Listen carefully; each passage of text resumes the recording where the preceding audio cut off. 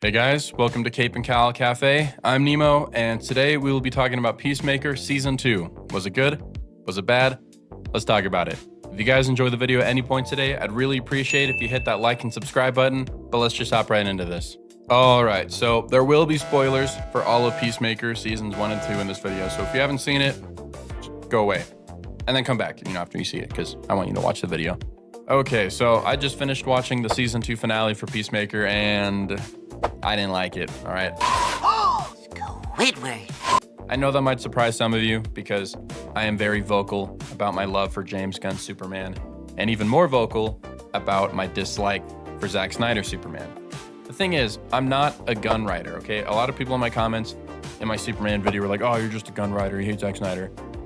No, just because I liked James Gunn's Superman doesn't mean that I'm automatically gonna like everything else he puts out, I like him as a director. I think he does a good job most of the time, but he's a human being, all right? He's capable of making a mistake and missing, right? And I think this is one of those cases where, the gun jammed just a little bit. But I mean, overall, I think this whole season was pretty mid because it starts off and, you're like, I don't know where this is going. This is really slow. And then when you get to the middle episodes, you're like, okay, this is ramping up. I see where this is going. This is pretty cool. And then the finale happens and you're like, what the hell was that? The last shot of the episode happened and I was like, that's it? And then, I paused it to see if there was any, more of the episode. And there was 13 minutes of bloopers and credits.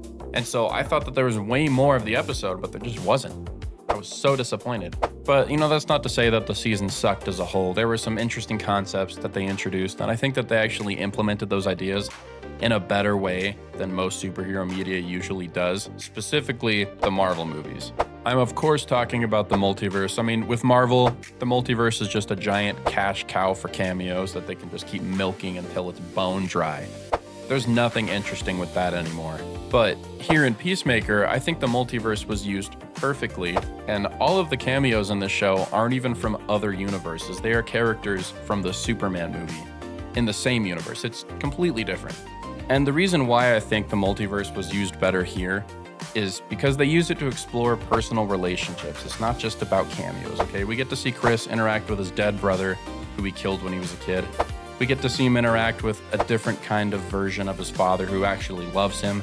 And he gets to pursue a relationship with a different version of Harcourt who's not as closed off and standoffish and actually, expresses the feelings that she has, that she wants to be with him. It's just way more interesting than just, here's Hugh Jack's Wolverine, here's all the Spider-Man, there you go. Those are fun, but they don't really have any depth. And another good thing about this show is, James Gunn is really good when it comes to creating these families of misfits, and the chemistry between all of the characters in the show is just really nice to watch.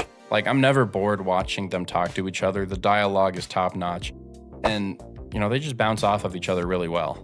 By the way, the quality of the plot and the show and the season as a whole is not a reflection on the actors or their performances, okay? John Cena gives an absolutely stellar, incredible performance here. I knew that he was a good actor, but I did not know that he could act like this. This was just crazy, especially in that scene where his brother is getting mauled to death by his friends, and he lets out that almost childlike scream.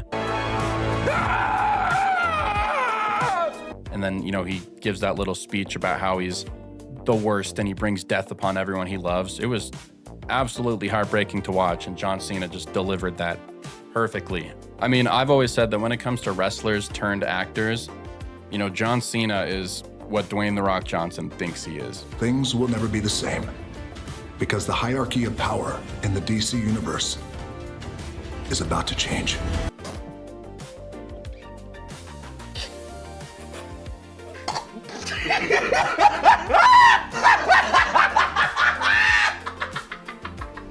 Okay, John Cena is the GOAT.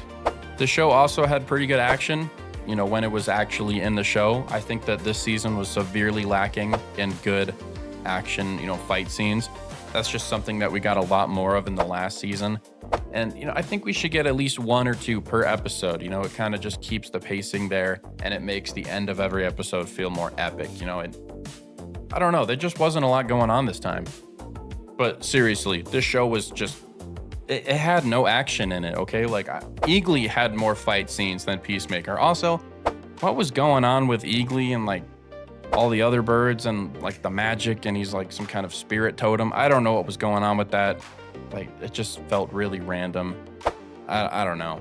And a nitpick that I have for the show is they just completely make Peacemaker look weak and like a loser in this season. Okay, when he was first introduced in the Suicide Squad, he was a badass, all right? He was having this like, pissing contest with Bloodsport the whole time, and he was a good, capable fighter, okay?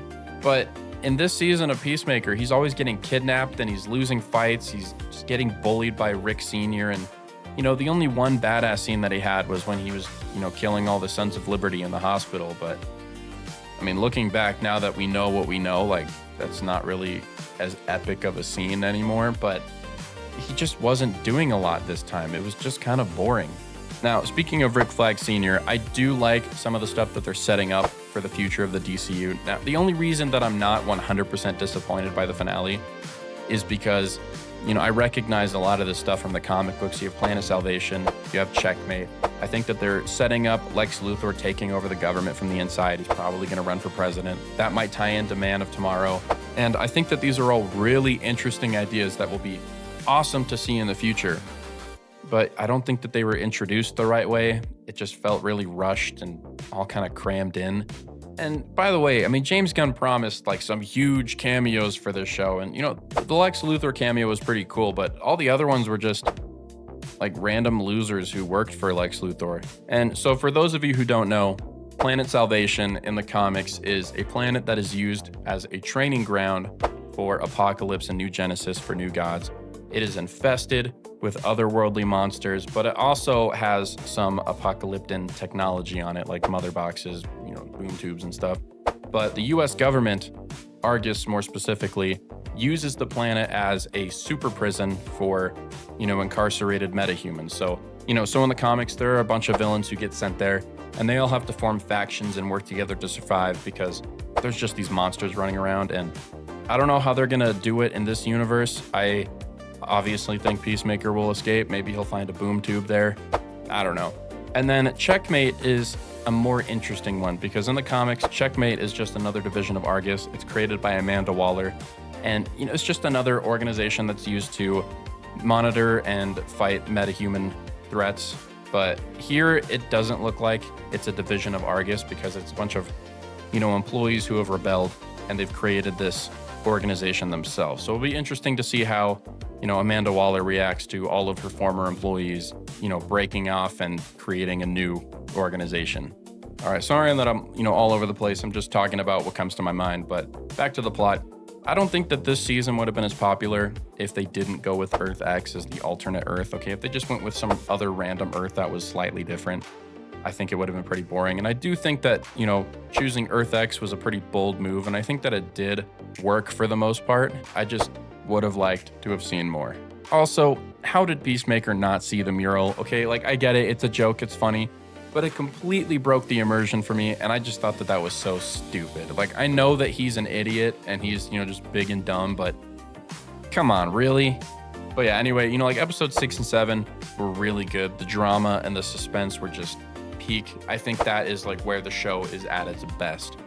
And the earlier episodes were, okay. It was nice to see the Justice Gang, cameo there.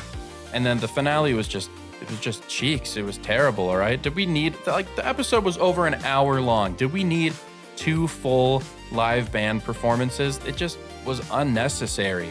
And, I really think that the drama and the will they, won't they of Peacemaker and Harcourt, their relationship, it was really drawn out. Like, I did like their conversation on Earth X, after Harcourt was being detained for the cocaine. But, after that, it just kept going, and he's like, oh, did the boat mean anything? Oh, no, shut up, Chris, you're an idiot, shut up, I don't like you. And it just kept going forever until the very end. It's like, just get on with it already. But yeah, anyway, to sum it all up, mid-season, 2 really good episodes in there, but overall, I think the whole product was just kind of It does set up some interesting things, Peacemaker is on Planet Salvation. Maybe he finds some apocalyptic tech. Maybe he finds some mother boxes, activates a boom tube. Maybe that's how Darkseid learns of Earth's, existence. Maybe a threat from Planet Salvation is why the Justice League gets formed. You know, there's just a lot to think about, but I think that they were just worried about setting stuff up a little too much in this episode, and they didn't focus on their own plot enough. So I'm gonna give Peacemaker a 5 out of 10 because I am not gonna reward mediocrity for 2 really good episodes, okay? Just because I like James Gunn Superman does not mean that I will love everything that he puts out no matter what, okay? I am not a mindless sheep, okay? But anyways, that's gonna be about it for today's video. If you guys enjoyed it all, I'd really appreciate it if you hit that like and subscribe button and drop in the comments what you thought of this season of Peacemaker. I didn't like it personally, but if you did, let me know why. I love reading your guys' comments and just seeing what you have to say. And if you have ideas for future videos, you can put them down there too. But yeah, until next time, I'll see you guys later.